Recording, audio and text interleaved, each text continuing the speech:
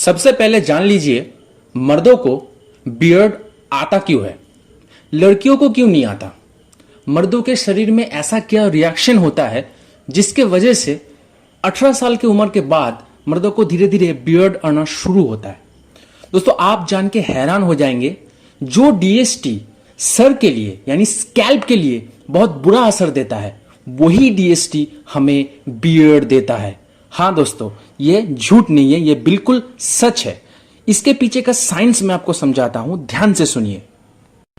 अब सब जानते हैं टेस्टोस्टेरोन का जो एक्टिव फॉर्म है वो है डीएचटी।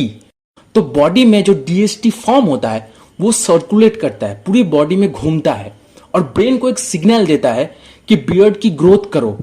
जो आवाज है, हमारी जो गला है लड़कियों से थोड़ा सा भारी होता है, ये भी डीएचटी के वजह से होता है। और भी कुछ कुछ मेल कैरेक्टरिस्टिक्स है, जैसे मैं बताना चाहूंगा पुरुष का शरीर जो होता है उसमें वो ज्यादा मस्कुलर होता है, लड़कियों की तुलना में पुरुष का शरीर थोड़ा सा मस्कुलर होता है।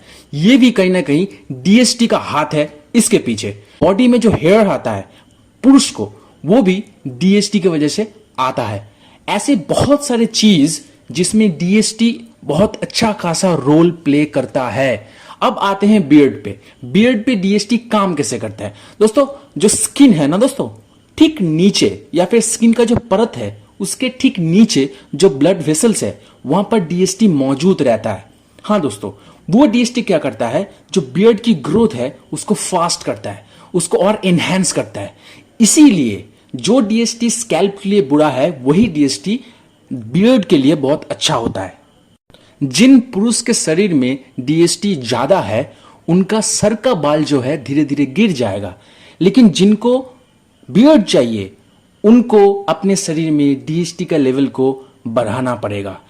पता है मुझे कि ये थोड़ा सा कंफ्यूजिंग लग रहा है कि बाल अगर सर का झड़ जाएगा बियर्ड लेके मैं क्या करूंगा। दोस्तों इसके पीछे का साइंस बता देता हूं। जिनको खानदानी गंजापन नहीं है उनको डीएचटी इफेक्ट नहीं करता है। अगर उनके शरीर में डीएचटी ज्यादा भी होता है फिर भी उनको हेयर फॉल नहीं होता है, लेकिन उनका एक पॉजिटिव साइन होता है। वो क्या होता है? उनका बियर्ड का ग्रोथ अच्छा होता है।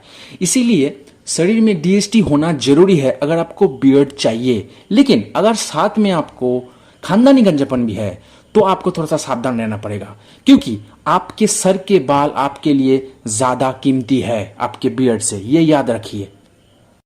हेयर फॉल को रोकने के लिए जो लोग फिनेस्ट्राइड लेते हैं उनके शरीर में डीएचटी का लेवल कम हो जाता है, उनको बियर्ड आना थोड़ा सा मुश्किल है, बियर्ड का ग्रोथ उनका थोड़ा सा स्लो हो जाता है, और ये सच है। इसीलिए जो लोग हेयर फॉल के लिए फिनेस्टाइल ले रहे हैं मैं आपको बोलूंगा निराश मत होइए। आपके लिए आपका सर का बाल ज्यादा इंपॉर्टेंट है आपके बियर्ड से। अगर डीएचटी से बियर्ड का ग्रोथ अच्छा होता है तो डीएचटी को बॉडी में नेचुरली कैसे इंप्रूव किया जा सकता है मैं फिर से बताना चाहूंगा। जिनको हेयर फॉल हो रहा है वो ये ट्रिक इस्तेमाल मत करिए, वो इससे दूर रहिए। लेकिन जिनको हेयर फॉल नहीं हो रहा है और साथ में उनको बियर्ड का ग्रोथ चाहिए उनके लिए मैं बोलना चाहूंगा आपके बॉडी में अगर डीएचटी का लेवल थोड़ा सा अप हो जाएगा और ब्लड सर्कुलेशन अगर आपका फेस है यहां पर अगर ब्लड सर्कुलेशन ठीक हो जाएगा तो आपको अच्छा खासा बियर्ड ग्रोथ मिल जाएगा। अब मैं बताता हूं डीएचटी को कैसे नेचुरली इंप्रूव किया जा सकता है, और आपका जो फेस है, दाढ़ी है, यहां का जो ब्लड सर्कुलेशन है इसको कैसे आप इंप्रूव कर सकते हैं। पहला तरीका मैं आपको बताना चाहूंगा, डीएचटी को बढ़ाने के लिए अश्वगंधा ले सकते हैं। हाँ दोस्तों, अश्वगंधा जो है ये क्लिनिकली प्रूवन तो नहीं है, लेकिन आयुर्वेद में यह कहा गया है कि अश्वगंधा जो है ये नेचुरली थोड़ा सा टेस्टोस्टेरोन को इंप्रूव करता है। देखिए, अगर बॉडी में टेस्टोस्टेरोन का लेवल थोड़ा सा बढ़ जाएगा तो नेचुरली डीएचटी भी ज्यादा होगा, क्योंकि डीएचटी कहां से बनता है? डीएचटी टेस्टोस्टेरोन से बनता है। अगर टेस्टोस्टेरोन ज्यादा होगा तो डीएचटी भी ज्यादा होगा, ये सिंपल लॉजिक है। तो अगर आप शरीर में टेस्टोस्टेरोन थोड़ा सा बूस्ट करना चाहते हैं आप अश्वगंधा ले सकते हैं। अब आते हैं ब्लड सर्कुलेशन की बात। देखिए, मेन जो चीज है ब्लड सर्कुलेशन को हाई करने का, अभी तक मार्केट में सर के लिए यानी आपके जो फॉलिकल्स है, हेयर फॉलिकल्स, वहां पर भी ब्लड सर्कुलेशन हाई करने के लिए या फिर ब्लड सर्कुलेशन को नेचुरली इंप्रूव करने के लिए मिनॉक्सिडिल एक बहुत अच्छा कंपाउंड है। वही मिनॉक्सिडिल आप बियर्ड पे भी यूज कर सकते हैं। लेकिन एक चीज का ध्यान रखिएगा, जो मिनॉक्सिडिल आप इस्तेमाल कर रहे हैं उसमें फिनेस्ट्राइड नहीं होना चाहिए। आपके बियर्ड के लिए जो आप मिनॉक्सिडिल इस्तेमाल करेंगे उसमें फिनेस्ट्राइड नहीं होना चाहिए। जैसे मैंने बोला, फिनेस्ट्राइड डीएचटी को कहीं ना कहीं कम करता है, उसका लेवल को कम करता है, लेकिन आपके बियर्ड के लिए आपको डीएचटी चाहिए।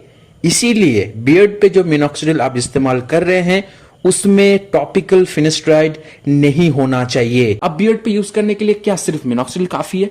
मैं कहूंगा आप मिनॉक्सिडिल के साथ डर्मा रोलिंग भी करिए। डर्मा रोलर क्या होता है, मैं आपको पिक्चर दिखा रहा हूं, अच्छे से आप पिक्चर देखिए और समझिए डर्मा रोलर होता क्या है। जिनको डर्मा रोलर के बारे में नहीं पता, बहुत जल्दी मैं डर्मा रोलर पे अलग से एक वीडियो लाऊंगा। आप डर्मा रोलर से आपके जो फेस है ना, जहां पर आपका बियर्ड आप चाहते हैं, उस जगह पे 3-4 मिनट तक थोड़ा सा रोल करिए।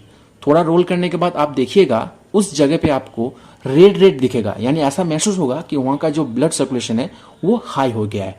और तब आपको क्या करना है, आपको मिनॉक्सिडिल लेना है और ड्रॉपर से आप ले लीजिए मिनॉक्सिडिल, धीरे धीरे आपके गाल पे लगाइए और उंगली से अच्छे से रब कर दीजिए और इसको ऐसे छोड़ दीजिए। लेकिन हाँ, तुरंत आप सोने मत जाइए, क्योंकि आपका जो फेस पे अभी मिनॉक्सिडिल आपने लगाया है वो पीलो पे लग जाएगा।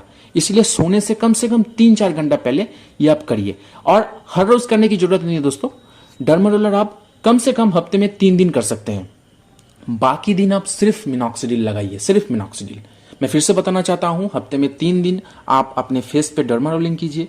डर्मा रोलर करने के बाद तुरंत बाद आप वहां पर मिनॉक्सिडिल लगा सकते हैं, लेकिन 3 दिन करिए और बाकी का जो 5 दिन है वो आप सिर्फ मिनॉक्सिडिल लगाइए। अब आपको दूसरा एक तरीका बताना चाहता हूं जो मिनॉक्सिडिल इस्तेमाल नहीं करना चाहते हैं। दोस्तों, मैन मैटर्स का एक ऑयल आता है, बियर्ड ग्रोथ ऑयल। मेरे एक दोस्त ने इस्तेमाल किया था, उसको ठीक ठाक रिजल्ट मिला है। मैं ये नहीं कहूंगा कि बहुत अच्छा रिजल्ट मिला है, लेकिन उसको ठीक ठाक रिजल्ट मिला है। आप ये ऑयल भी इस्तेमाल कर सकते हैं।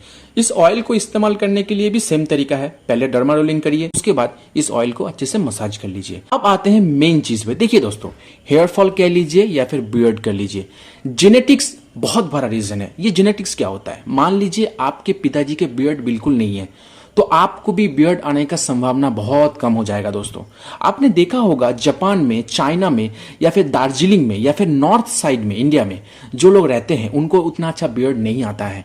कितना भी वो लोग डर्मा रोलिंग कर ले, कितना भी वो लोग मिनॉक्सिडिल इस्तेमाल कर ले, कितना भी वो लोग बियर्ड ऑयल इस्तेमाल कर ले, फिर भी उनको उतना अच्छा खासा बियर्ड नहीं आता है, क्योंकि उनका जेनेटिक्स ऐसा है कि उनको बियर्ड नहीं होता है।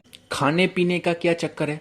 अगर आप मुझसे पूछेंगे कि अच्छा कोई डाइट बताओ जिससे हमें बियर्ड ग्रोथ अच्छा हो जाए, देखिए दोस्तों, मैं एक चीज़ बताना चाहूँगा। जो हमारा बाल है, सर का है या फिर बियर्ड का है, ये पता है किससे बनता है? ये केराटिन से बनता है। केराटिन कहाँ से बनता है दोस्तों? प्रोटीन से बनता है। प्रोटीन अगर शरीर में अच्छा होगा तो बाल का ग्रोथ कह लीजिए या फिर बियर्ड का ग्रोथ कह लीजिए, ये अच्छा हो जाएगा। इसीलिए कोशिश करिए कि प्रोटीन शरीर में ज़्यादा से ज़्यादा आप इनटेक करें। प्रोटीन का सोर्स मैं बता देता हूँ आपको, जैसे अंडा है, दूध है, चिकन है, मटन है, उसके बाद सोयाबीन ले सकते हैं, पनीर ले सकते हैं, दही खा सकते हैं, आलमंड्स, बादाम जिसको बोलते हैं वो खा सकते हैं, मूंगफली खा सकते हैं, पीनट बटर खा सकते हैं। इन सब चीज़ों में प्रोटीन होता है। या फिर आप अलग से प्रोटीन शेक लेना चाहते हैं तो वो भी ले सकते हैं, लेकिन प्रोटीन शेक लेने से पहले थोड़ा सा रिसर्च करिए कि कौन सा प्रोटीन शेक अच्छा है। अगर आपको प्रोटीन शेक लेना है तो मुझे कमेंट करिए, मैं आपको रिकमेंड कर दूंगा। अब मैं लास्ट में आपको ये बोलना चाहूंगा दोस्तों, आपने बियर्ड ट्रांसप्लांट की नाम सुना है? अगर किसी ने सुना है तो कमेंट करके बताइए। हाँ दोस्तों, लास्ट ऑप्शन है, वो ऑप्शन है दोस्तों बियर्ड ट्रांसप्लांट। आजकल बियर्ड ट्रांसप्लांट भी हो रहा है, ठीक है। जिनके पास बहुत सारा पैसा है वो बियर्ड ट्रांसप्लांट पे जा सकते हैं। आपके नज़दीकी किसी क्लिनिक में जाइए, बात करिए, बियर्ड ट्रांसप्लांट आप करवा सकते हैं। आजकल बियर्ड ट्रांसप्लांट भी मार्केट में आ चुका है। दोस्तों, ये रहा आज का टॉपिक। उम्मीद करते हैं आपको आज का वीडियो अच्छा लगा है। अगर ऐसे ही मजेदार चीजें और साइंस बेस्ड इंफॉर्मेशन आपको चाहिए, मेरे चैनल को सब्सक्राइब कर लीजिए, क्योंकि आने वाले टाइम पे ऐसे बहुत अच्छा कंटेंट मैं लाऊंगा। दोस्तों, उम्मीद करते हैं आपको वीडियो अच्छा लगा। आज के लिए बस इतना ही। वंदे मातरम, जय हिंद।